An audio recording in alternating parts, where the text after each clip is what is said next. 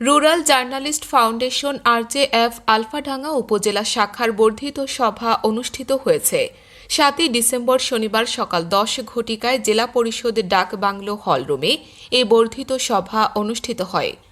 আরজেএফ আলফাডাঙ্গার সাবেক সাধারণ সম্পাদক গোলাম আজম মনিরের সভাপতিত্বে ও সাবেক যুগ্ম সাধারণ সম্পাদক শহীদুল ইসলামের সঞ্চালনায় অনুষ্ঠানে প্রধান অতিথি ছিলেন আরজেএফ এর কেন্দ্রীয় মহাসচিব মোহাম্মদ সেকেন্দার আলম।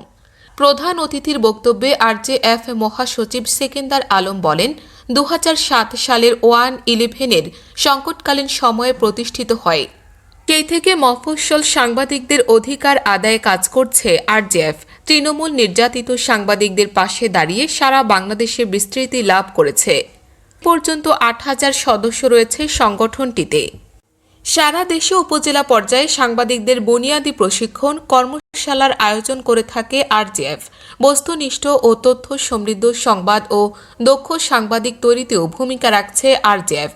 অনুষ্ঠানে আরও উপস্থিত ছিলেন আরজেএফ এর কেন্দ্রীয় যুগ্ম মহাসচিব মোহাম্মদ কামরুল ইসলাম, কেন্দ্রীয় সাংগঠনিক সম্পাদক আবুল বাশার।